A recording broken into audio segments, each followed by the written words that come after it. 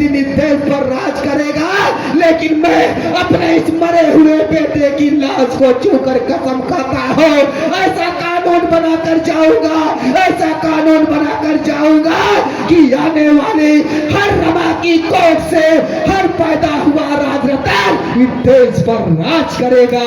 और बाबा साहब अम्बेडकर ने इस देश का कानून बनाया, ऐसे हजारों हिंदू को, ऐसे हजारों राजरत्न को इस देश पर शासन करवाया कि नहीं करवाया। माताओं बहनों बताओ, आपके बीच में बहुत सम्मानित साथी यहाँ पर बैठे होंगे, बहुत प्रधान बैठे होंगे, बहुत अधिकारी बैठे होंगे, बहुत कर्मचारी बैठे होंगे, बहुत वकील बैठे होंगे, आज कॉलर टाइट करके समाज में घूम रहे हैं। अरे बाबा साहब का एहसान है कि बाबा साहब ने देश का संविधान बनाया, जिस इंसान की परछाई से लोग नफरत करते थे, जिस इंसान के छूने से नल का पानी नापाक हो जाता था, जिस इंसान को छूने से मिट्टी का घड़ा नापाक हो जाता था, उस इंसान ने कहा था कि आज मेरे छूने से इस मिट्टी का घड़ा नापाक हो जा रहा है, नल का पानी नापाक हो जा रहा है। अरे मैं कसम खाकर जा रहा हूँ, ऐसा कानून बनाऊंगा, ऐसा कानून बनाऊंगा कि जिस इंसान की परछाई से नफरत कर रहे हो, आने वाले समय में उस इंसान की प्रतिमा पे माला चढ़ाने को मजबूर हो जाओगे। आज चाहते कि नहीं? सही बताइए सम्मानित साथियों।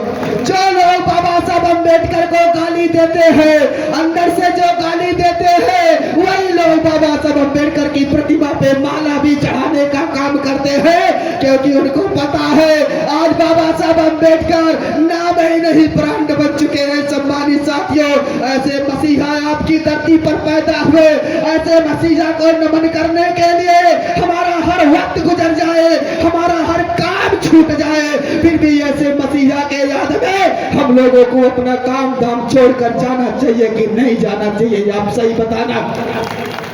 आज हमारी माताओं और बहनें बैठी है, मैं माताओं और बहनों से कहना चाहता हूँ, जब आपके कोख से कोई बेटी जन्म लेती है, आप कहती हो बेटी तो पराया धन होती है, कहती हो नहीं कहती? बताइए।